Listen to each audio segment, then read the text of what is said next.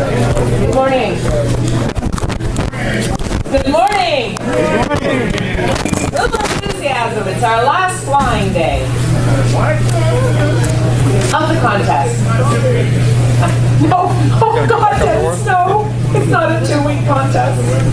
All right, because we have such a generous bunch of pilots, we knew that nobody had a head large enough to pass the hat for our line crew. So we're passing the line crew box. And we're going to start right now on the far side of the room. If you guys, Fernando, would you mind taking the box just over to that table on your way back to your seat? Thank you very much. Frank, are you here? Frank Spitole. Well, I don't see Frank. I wanted to introduce him to you. He was and continues to be our record keeper and the fellow who makes sure at the end of the day that all of you have returned safely and are accounted for before he leaves. So we owe Frank a debt of gratitude. And at this point, I'd like to call on Ray Smith to introduce to you your tow pilot test, right?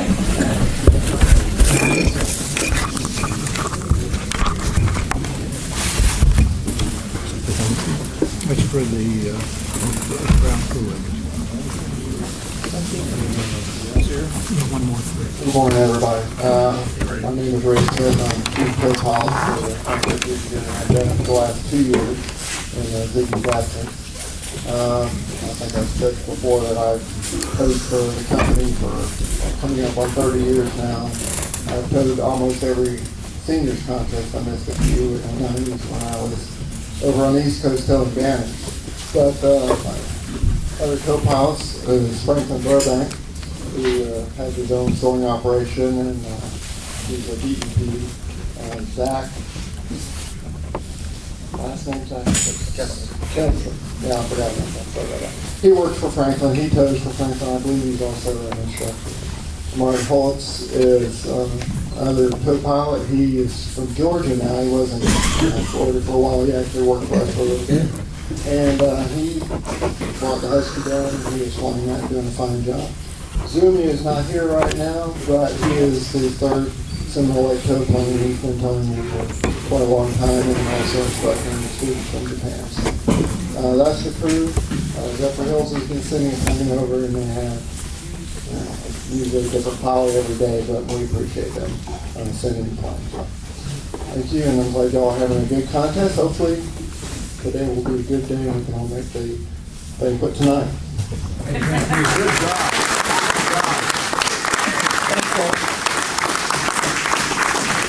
All right, a few housekeeping items. There are some folks who still have not paid for their tows that they took prior to the contest. If you haven't done that, please do so. And also just a reminder that if you're leaving tonight from the banquet, please settle any account that you may have outstanding at the office before you go, including your camping and what have you. Blackwater collection today will probably take place while we're all off-site, so if you are signing up, please make sure I have your $30 before you leave, or you won't be pumped. The banquet this evening is at Mission Inn. Cocktails are at 6:30, dinner's at 7:30. If you have misplaced your directions to the pavilion, I have a few extra. And a warning for you, the local police in Howie and the Hills take their speed limits extremely seriously. So as you go up and you see the speed step down, be sure you do, or you'll be leaving another donation at this contest. A reminder again for the long wing guys and the guests after the picture. Today is picture day. I hope everybody has a Hawaiian shirt and that we don't freeze taking it, which we'll take directly after the meeting out. Rich, where do you want the picture? Out by the clubhouse? There'll be a ladder that will mark the photographer's spot. We're going to be out there direct. Okay, sounds good. In that case, we have some winners. So in third place with 988 points, Biff Huss.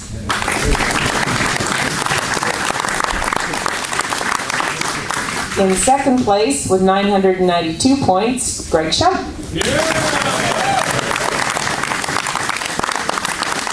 And in first place with 1,000 points, we have Rich Owen.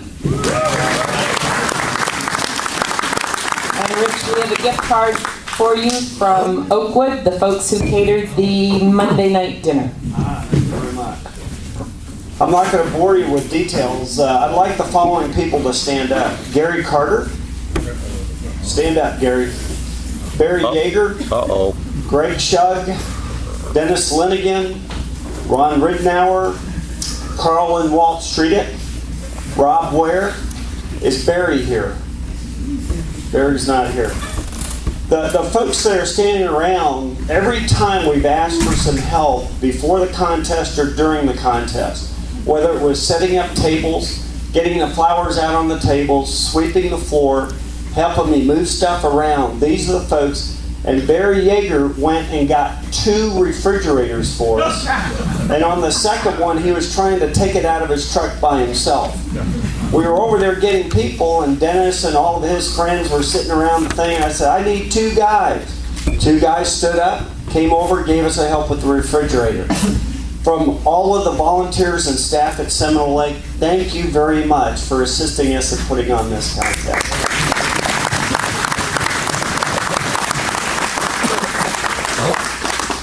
Thank you, Doug. Thank you, Carl, for my flight. I'm just disappointed that this year we didn't have Carl Streetick standing in the dumpster compacting the garbage like we did last year. That was a sight. And just before I turn the meeting over to John, I know not all of you will be at the banquet this evening, so this is our last opportunity to thank you for coming, thank you for participating. You've been a great group of people. We've had a lot of fun with you, and we'll miss you at the banquet. I hope we'll see you next year. Have safe travels home, and good flying. So thank you for coming. Am I the only one who thought that the people that Rich was asking to rise were the ones who found him a thermal yesterday? Sorry about that. Okay, first I'd like to introduce a distinguished guest at the back of the hangar. That's Lee Louderback. He's a Mr. Stallion 51. He's going to be flying with Carl Pickford.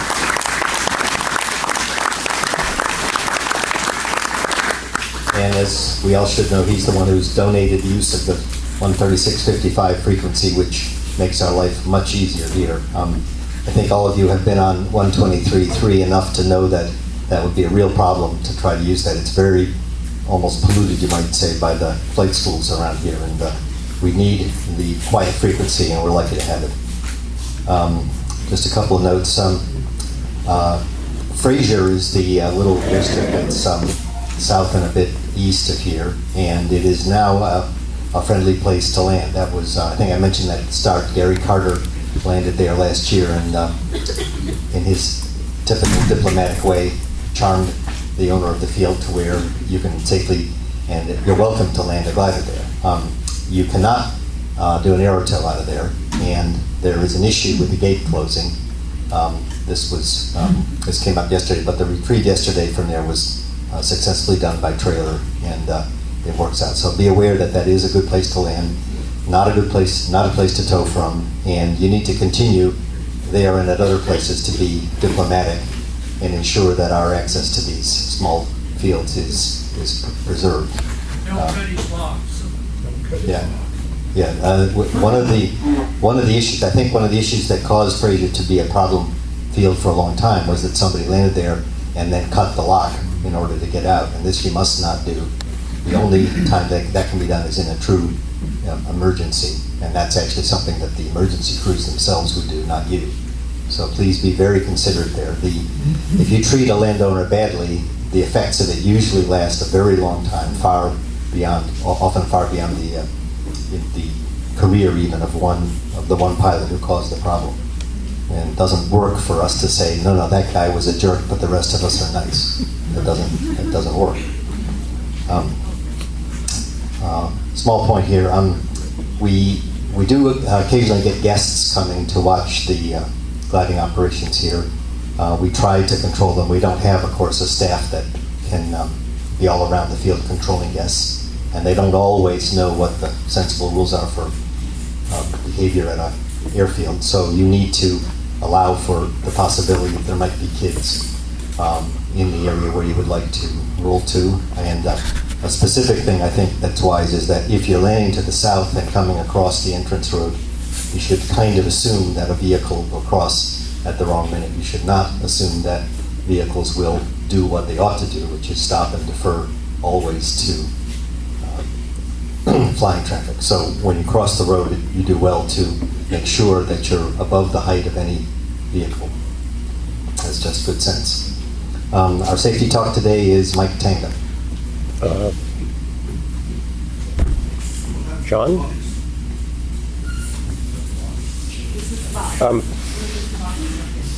I thought I was doing it. You can do two. Yeah, as a representative of the Soaring Safety Foundation and a flight instructor and a pilot examiner and other things like that, I felt compelled to try to get some information out to the general population of pilots versus just instructors. First of all, how many instructors do we have here? Yeah, quite a few. That's nice to see. We always need good instructors, and so we appreciate your efforts in that endeavor.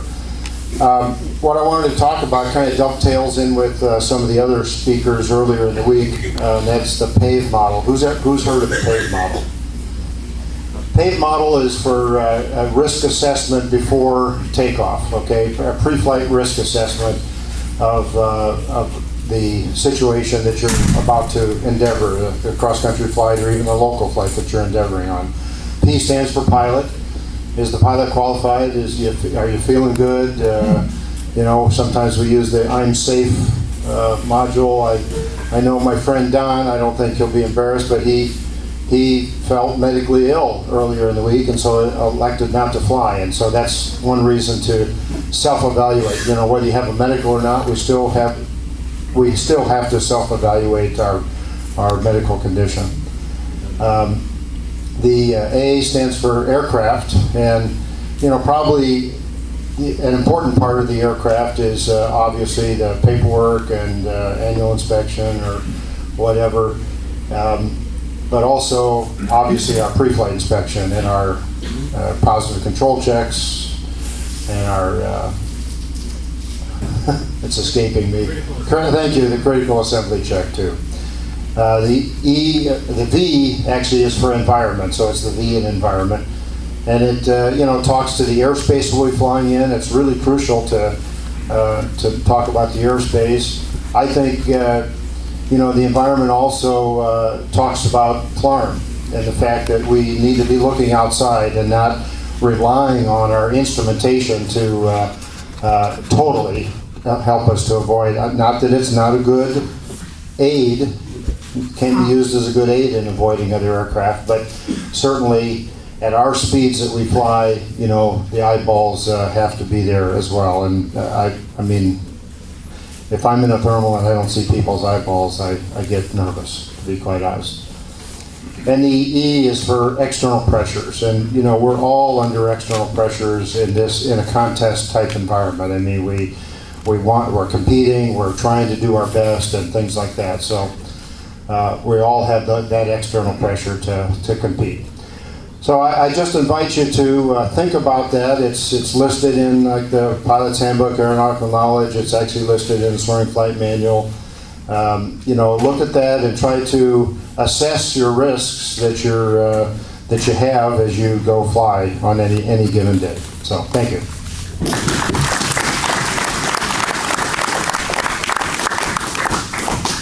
Davey, you want to make some tow-related remarks? Second safety.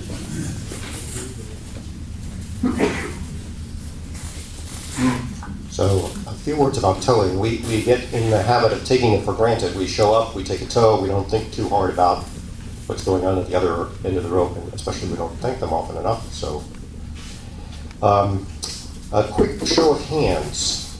How many people think, what happens to a glider's stall speed and minimum controllable airspeed on tow? How many people think it stays about the same?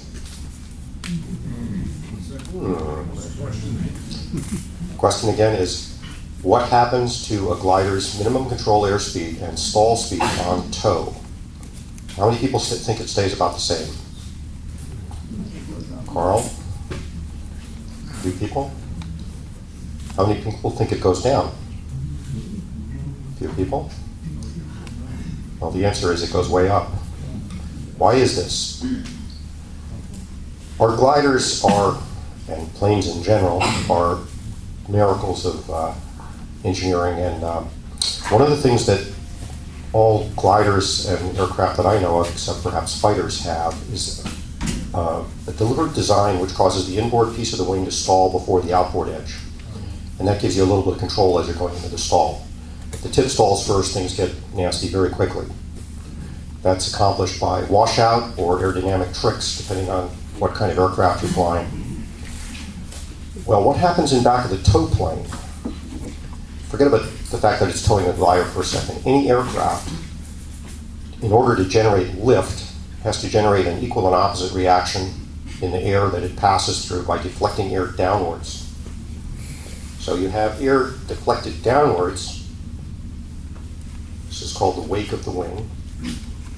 And it's strongest in the center, least at the tips, along with the lift distribution on the wing. And it spreads outwards and downwards. But there's a whole area of air that's being deflected downwards to lift the aircraft. Now you put another aircraft in back of that, what happens? In the center of that area, the air is pointed downwards. As you go out, the air is pointed less downwards. It takes out the washout on your wing. So, how many of you have noticed that sometimes it just kind of feels like your ailerons are really sloppy on tow? People surely have noticed that, right? Control really goes. So what happens is that your control decreases significantly, and your minimum control airspeed goes up. So what factors cause this to be worse for the glider? Any ideas? Low tow.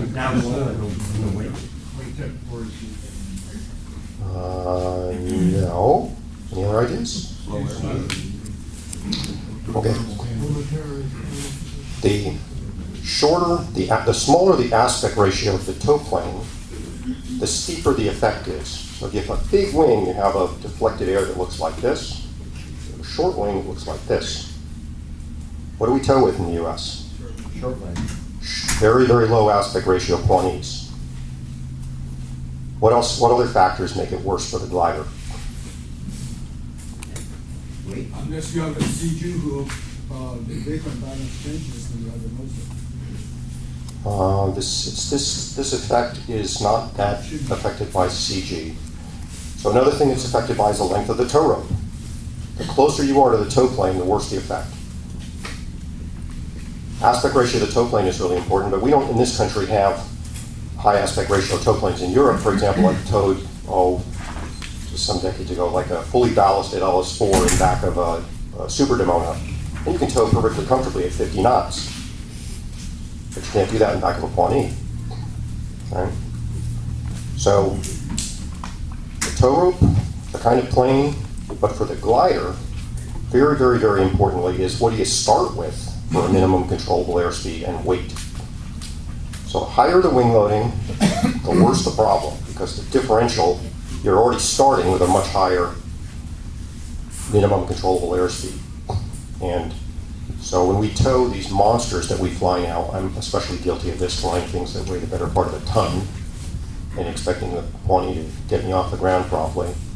The heavier the wing loading, especially when we're up at 9-10 pounds per square foot, this starts to be a really big difference in the minimum control airspeed for the glider and the tow plane. So some things to be very cautious of. Now we're fortunate here to have tow pilots that are in the habit of towing our heavier aircraft, but a lot of times you show up at a glider port and you hook up a tow and you don't think too much about what's going on up there. It's really, really, really important to brief the tow pilot, because the kind of thing that's going to really cause a problem is, for example, if the tow pilot is in the habit of towing very light gliders and does a very quick pull-up off the runway, and you're still on the ground and the tow plane's going up. Well, what's going to happen to the tow plane in that circumstance? may not stall. And why is it not going to stall? Because it's going to see a higher headwind. So if the tow plane looks at the airspeed indicator, they're going to think they're doing fine. But they may have 5 or 10 knots more wind as they come up. So the airspeed differential gets even bigger. So it's very important to brief the tow pilot to lift off very smoothly and very gradually and not get above the glider. A couple of things about, and it's also obviously very important to brief the tow pilot to keep the speeds up.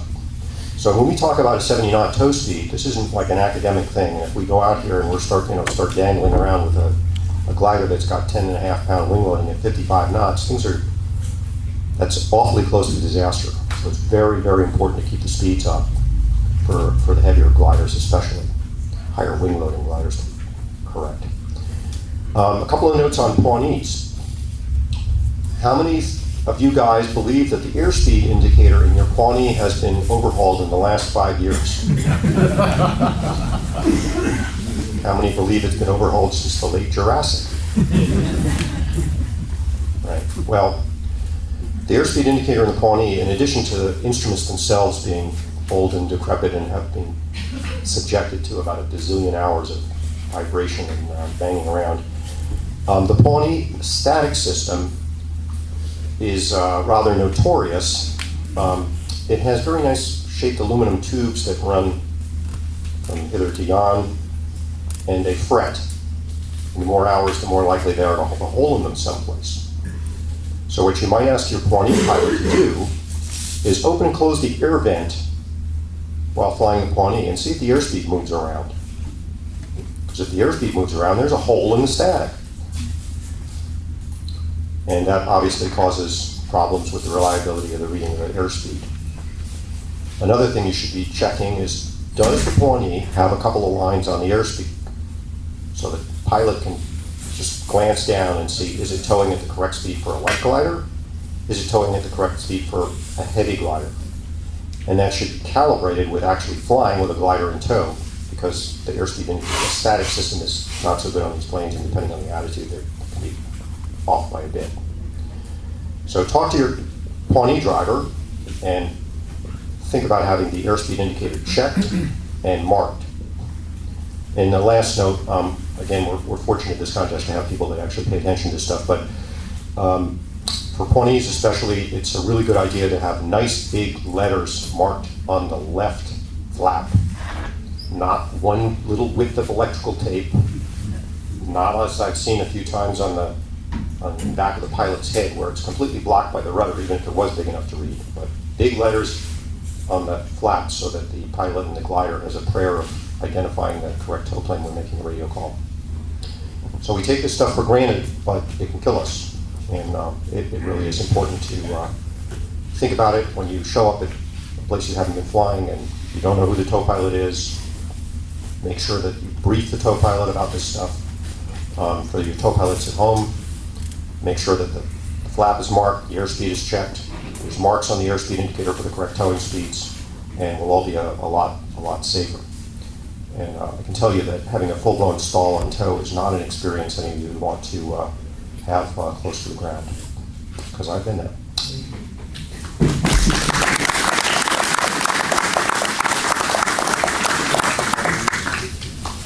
I'll add one more thing, and that is that the tow operation at Seminole has one really negative aspect to it, and that is it's so good that you might get complacent about tow operations elsewhere. And thanks again to the Tuggies.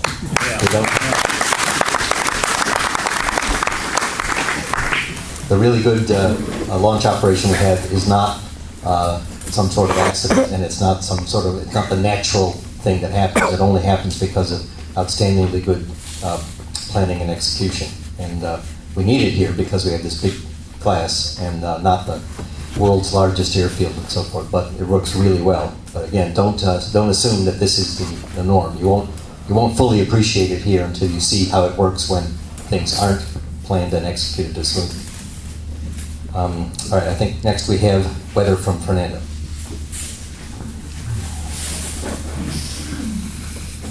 I ran out of blue shirts, so I had a white one. I ran out of blue. but I put a sweater on. Today, just like the past 3 days, you guys know what you're flying now. Same thing, the high. Today the temperature rises to 77, and according to this version of the height, from about 2 to 5, 3,800 feet, and the winds aloft, which are on the lower right, are going to switch to the west and be very light at 6. According to this version, we get up to about 37, 38 as well. And according to this, we get to 37, 38. A little bit later start. Subtract 4 hours, so at 2 o'clock, at 1 o'clock it kicks, so probably a little later launch. And then it goes up until nice at 5 o'clock, 5:15, 5:30. Here's the cautionary on this. Today, we have a very small nose to the inversion. Another 2 degrees kicks us up to 5,000 plus. So there will be shots through this inversion today, even more so than in the past days. All it takes is a hot, dark wood to kick it. And I want to talk about lakes a little bit and sea breeze. This is the 4 o'clock lift.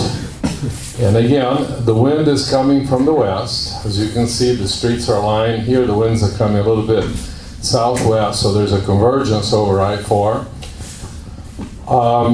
So the winds are, this maritime incursion kills the lift, and then when it hits the east coast of Florida, because the east coast itself is warm, it's going to pull in air from the ocean. It's going to hit against the prevailing wind and create very nice lines of lift.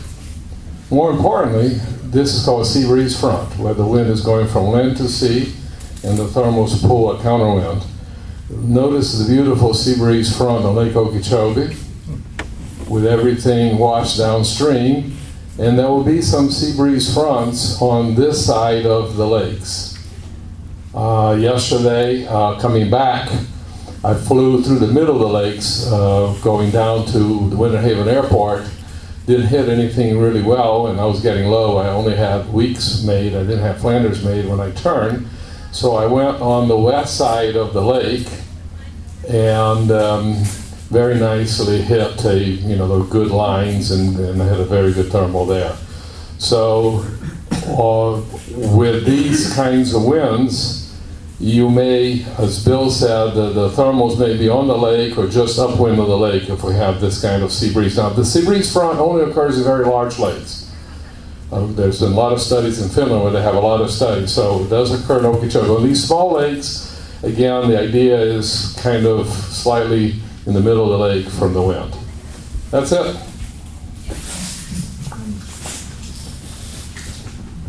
We have basically a somewhat of a late starting day today. We're going to set the grid time as 12:40, and we'll be launching the sniffer around that time and do the same as we've done in the past.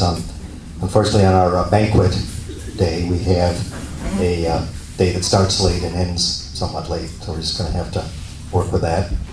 I'll just give you a final day warning, which is that this is the final day. It's a day when people may be a little bit tired, they may be a little fatigued from flying in blue thermals. Some people may be a bit eager to make up points. And so you have to guard against the complacency and issues that this creates for you in a 5-day contest. So that's good. We're gonna. It looks like the wind is definitely low enough that we will, even if it comes a little bit favoring a launch to the south, we are in fact going to launch to the north because it'll be light all day, and that's the safer launch direction. So